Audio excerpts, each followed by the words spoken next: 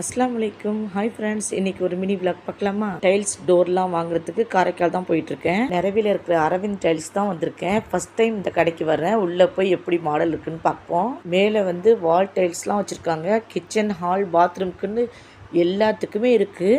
Tiles டிசைன்லாம் சூப்பராக இருக்குது. நான் பாத்ரூம்க்கு டைல்ஸ் பார்க்கலான்னு தான் வந்திருக்கேன்.